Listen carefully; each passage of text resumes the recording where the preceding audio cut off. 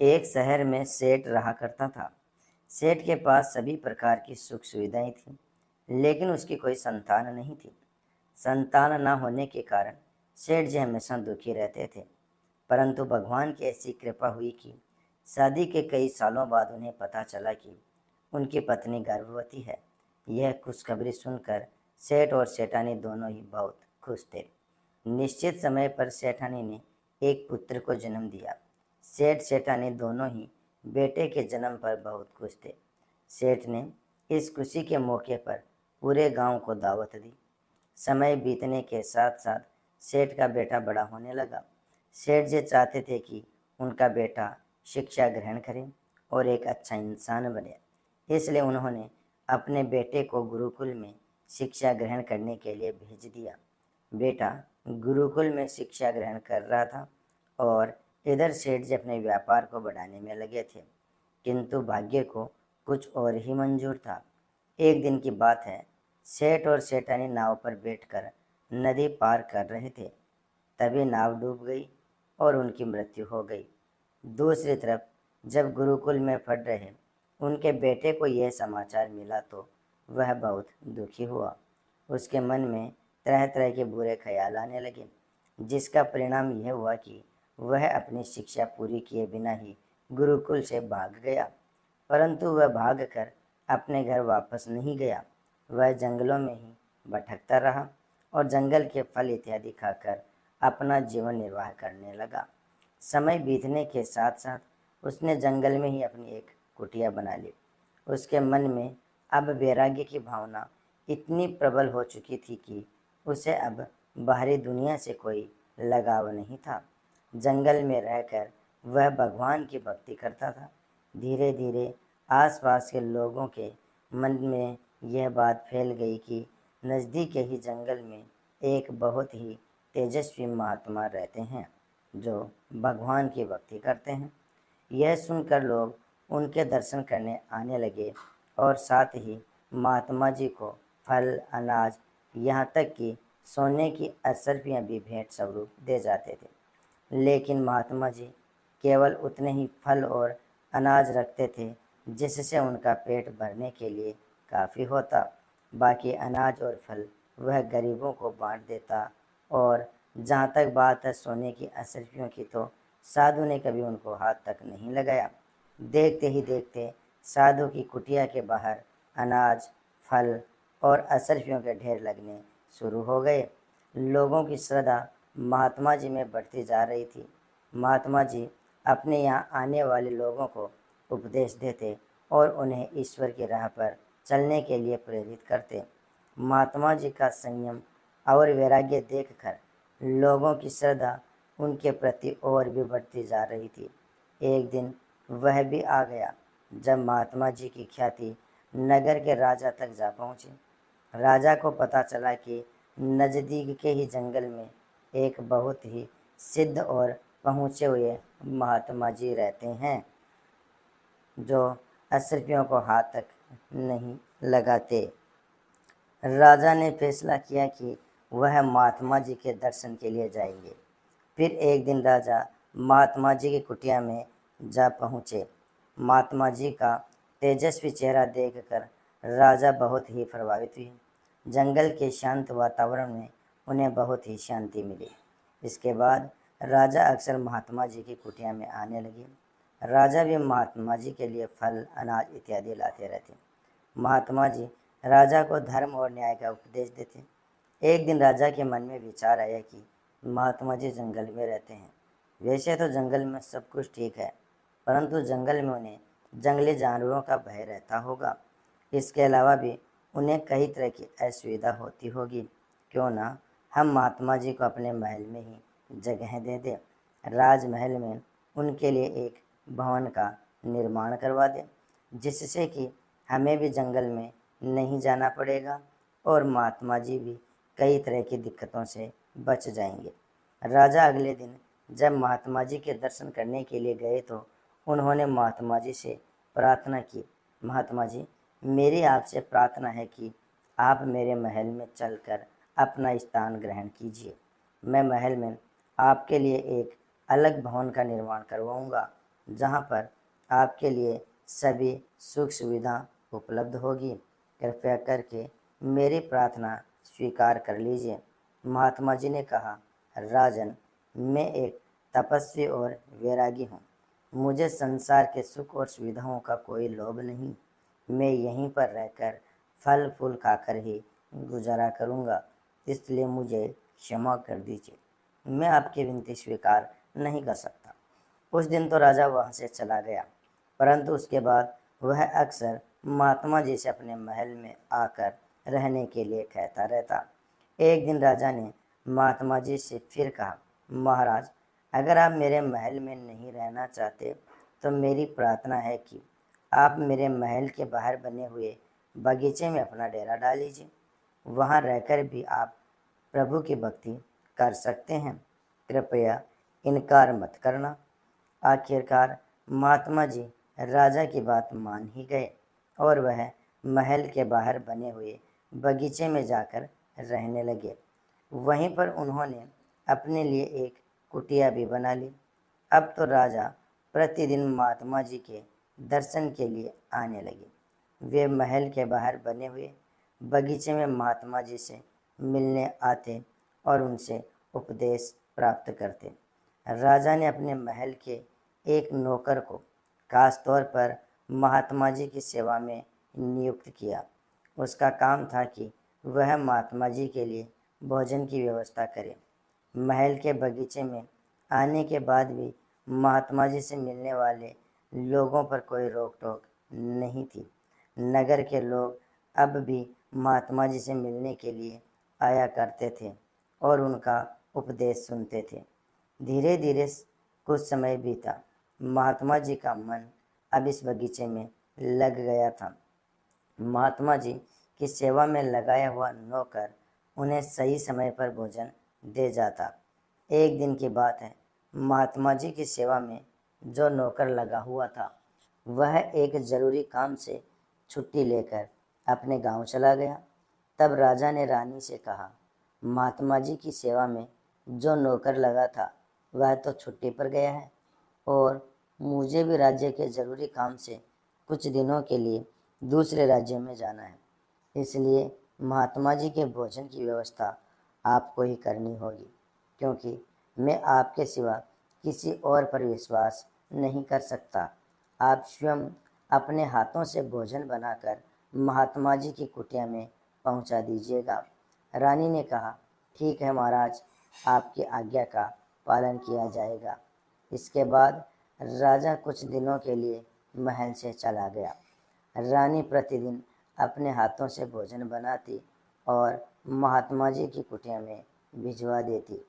एक दिन भोजन के समय रानी ने भोजन तो तैयार किया, परंतु महात्मा जी की कुटिया में भोजन को भिजवाना भूल गई। इधर महात्मा जी भूख से व्याकुल हो उठे। उन्होंने फैसला किया कि वह स्वयं महल में जाकर भोजन लेकर आएंगे। यह सोचकर वह राजमहल में दाखिल हुए। जब वह महल में पहुँचे और उन्होंने रानी को देखा तो रानी की सुंदरता देखकर महात्मा जी मंत्र मुग्ध हो गए। आज तक उन्होंने कई स्त्रियां देखी थी, परंतु रानी जैसी परम सुंदरी उन्होंने कभी नहीं देखी थी। रानी की सुंदरता देखकर महात्मा जी के मन में रानी को पाने की इच्छा उठने लगी। वह उस समय तो कुछ नहीं बोले और चुपचाप भोजन लेकर वापस अपनी कुटिया में आ गए। अपनी कुटिया में आकर उन्होंने भोजन नहीं किया और ऐसे ही सो गए। उन्हें ऐसा महसूस होने लगा कि वह रानी से प्रेम करने लगे हैं और इस प्रेम में वह खाना पीना तक भूल गए। 2-4 दिन के बाद जब राजा महल में वापस आए तो उन्हें पता लगा कि महात्मा जी ने पिछले कई दिनों से भोजन त्याग दिया है। यह सुनकर राजा को बहुत दुख हुआ। वह सीधा महात्मा जी से मिलने पहुँचे। राजा ने हाथ जोड़कर कहा, महात्मा जी, आपने खाना पीना क्यों छोड़ दिया है? क्या मुझसे कोई भूल हो गई है? तब महात्मा जी ने राजा को सच्चाई बताते हुए कहा, मैं रानी से प्रेम करने लगा हूँ और उन्हें पाना चाहता हूँ। यह सुनकर एक बार तो राजा का मन चाहा कि तलवार से इस साधु की गर्दन उड़ा दे, परंतु अगले ही क्षण उनके मन में विचार आया कि ऐसा करने से उन्हें ब्रह्म हत्या का पाप लगेगा और दूसरा, महात्मा जी की ख्याति पूरे नगर में फैली हुई है, सो उनकी हत्या करने से लोग मेरे विरुद्ध हो जाएंगे। यह सोचकर राजा ने अपने क्रोध पर काबू किया और कहने लगा, महात्मा जी, इस समय आप कामनाओं और भावनाओं के वश में हैं, इसलिए मेरी प्रार्थना है कि आप ठंडे दिमाग से सोच विचार कीजिए कि जो आप कह रहे हैं वह सही है या नहीं। इसलिए मैं अभी यहाँ से जा रहा हूँ, 2 दिन बाद मैं फिर आकर आपसे मिलूँगा। यह कहकर महाराज वहाँ से चले गए। राजा ने महात्मा जी से यह बात कह तो दी, परंतु अंदर ही अंदर वह बहुत ही परेशान था। महल में वापस आने पर जब रानी ने राजा का चेहरा देखा तो वह समझ गई कि राजा किसी बात को लेकर बहुत परेशान है। वह कहने लगी, महाराज, मैं देख रही हूँ कि आज महात्मा जी की कुटिया से वापस आकर आपका मन शांत नहीं है, बल्कि आप परेशान दिखाई दे रहे हैं। इसका क्या कारण है, मुझे बताइए। राजा ने महारानी को सारी बात बता दी कि किस प्रकार महात्मा जी जब रानी से खाना लेने के लिए महल में आए थे तो वह रानी के रूप को देखकर रानी पर मोहित हो गए थे। यह सुनकर रानी को भी बहुत ही आश्चर्य हुआ कि ऐसा तपस्वी किस प्रकार संसार की माया में फंस सकता है, परंतु कुछ सोचने के बाद उसने राजा से कहा, महाराज, क्या आपने इस समस्या का कोई हल ढूंढा है? महाराज बोले, मेरी समझ में कुछ नहीं आ रहा। मैं महात्मा जी को मार भी नहीं सकता और इस महल से निकाल भी नहीं सकता, क्योंकि इससे जनता में विद्रोह की भावना है। मेरी प्रजा महात्मा जी को बहुत मानती है। मुझे तो कुछ भी समझ में नहीं आ रहा कि मैं क्या करूं। तब रानी ने कहा, महाराज, मेरे पास इस समस्या का एक हल है, परंतु उसके लिए आपको मुझ पर पूरा विश्वास रखना होगा। मेरी इस योजना के अनुसार मेरा पतिव्रत धर्म भी नहीं टूटेगा और महात्मा जी भी सही रास्ते पर आ जाएंगे। राजा ने कहा, रानी, अगर ऐसा हो सकता है तो हम तुम्हारे बहुत ही आभारी रहेंगे। जहाँ तक तुम पर विश्वास करने की बात है तो हमें तुम पर अपने से भी ज़्यादा विश्वास है। तुम बताओ कि करना क्या होगा। तब रानी ने अपनी सारी योजना राजा को बताई। योजना के अनुसार अगले दिन राजा महात्मा जी की कुटिया में गया और हाथ जोड़कर कहने लगा, महात्मा जी, मैंने रानी से आपके बारे में बात कर ली है। वह आपके साथ आकर रहने के लिए तैयार है, परंतु उनकी एक शर्त है। वह 1 सप्ताह तक आपके पास रहेगी और इसके बाद ही रानी पर आपका कोई अधिकार होगा। इस 1 सप्ताह में आप रानी को छू तक नहीं सकते। महात्मा जी की आंखों में चमक आ गई। उन्होंने बिना एक क्षण गवाए हामी भरते हुए कहा, मुझे रानी की सारी शर्तें मंजूर है। वह 1 सप्ताह तक मेरे पास आकर रहें, मैं उन्हें स्पर्श भी नहीं करूँगा। इसके पश्चात राजा वापस रानी के पास गया और उसे सारी बात बता दी। अगले दिन रानी बगीचे में बनी हुई साधु की कुटिया में आ गई। रानी को अपने सामने देखकर महात्मा जी मन ही मन में बहुत प्रसन्न थे। एक दिन बीतने के बाद रानी ने महात्मा जी से कहा, महाराज, मैं आपके पास रहने तो आ गई हूँ और आपको मेरी शर्त भी मालूम है, परंतु परेशानी यह है कि मुझे कुटिया में रहने की आदत नहीं है, इसलिए आपको मेरे लिए एक अच्छे से भवन की व्यवस्था करनी होगी। बताइए, आप यह कर सकते हैं? महात्मा जी ने कहा, अवश्य। और फिर महात्मा जी राजा के पास गया और राजा से एक भवन की व्यवस्था करने के लिए कहने लगा। राजा ने एक भवन की व्यवस्था अपने महल में ही करवा दी और फिर महात्मा जी और रानी उस महल में जाकर रहने लगे। 2 दिन और बीत गए तो रानी ने महात्मा जी से एक बार फिर कहा, महाराज, यह भवन तो ठीक है, परंतु आपको मेरे लिए नौकर चाकर की व्यवस्था करनी होगी, क्योंकि मैं काम करने की आदी नहीं हूँ। यह सुनकर महात्मा जी एक बार फिर से राजा के पास गया और राजा से प्रार्थना की कि उनके महल में नौकर चाकर भेज दिए जाएं। राजा ने बिना किसी देरी के अपने कई नौकर साधु के भवन में पहुंचा दिए। 1-2 दिन और बीते और अब 1 सप्ताह पूरा हो गया था। इस पूरे सप्ताह में महात्मा जी ने रानी को छुआ तक नहीं था, परंतु इस बीते 1 सप्ताह में महात्मा जी ने अपने भक्तों से मुलाकात भी नहीं की थी। वह पूरा सप्ताह भवन में ही रहे। ना तो उन्होंने ईश्वर की भक्ति की और न ही लोगों को उपदेश दिए। आज जब 1 सप्ताह पूरा हो गया, तब महात्मा जी रात के समय रानी के पास गए और रानी का हाथ पकड़ने की कोशिश करने लगे। तब रानी ने हैरान होकर ऊंची आवाज़ में कहा, आप कौन हैं और मेरे भवन में क्या कर रहे हैं? महात्मा जी ने कहा, यह तुम क्या कह रही हो रानी? हम वही महात्मा हैं जो तुम्हारे महल के बगीचे में रहते हैं। तुमने हमें वचन दिया था कि 1 सप्ताह के बाद तुम मेरी हो जाओगी। तब रानी ने कहा, नहीं महात्मा जी, आप वो महात्मा नहीं है जो महल के बगीचे में रहते थे। वह तो एक बहुत ही तपस्वी और वैरागी साधु थे, जो हमेशा ईश्वर की भक्ति में लीन रहते थे, मोह माया के बंधनों से मुक्त थे और अपने भक्तजनों को उपदेश भी देते थे। परंतु मेरे सामने जो एक महात्मा खड़ा है, वह तो मेरे रूप के मोह जाल में फंसा हुआ है। वह ईश्वर से दूर है और अपनी कामनाओं को पूरा करने के लिए किसी भी हद तक जा सकता है। महात्मा जी, अगर आप मुझे पाना चाहते हैं तो मुझे वही पुराने वाले महात्मा जी से मिलवाइए।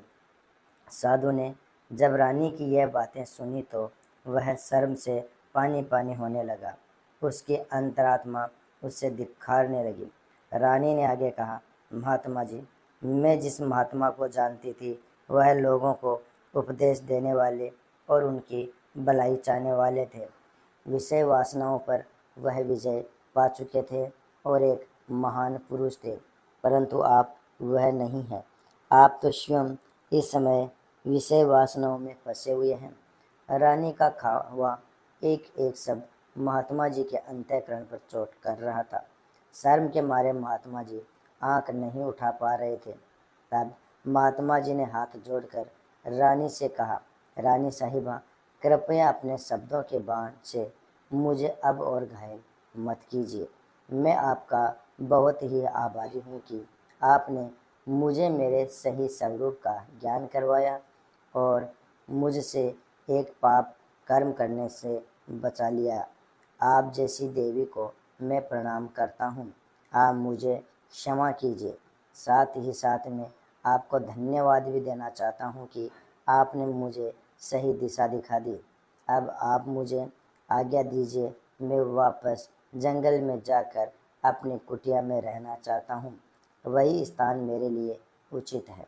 एक बार फिर से मैं आपसे क्षमा मांगता हूँ।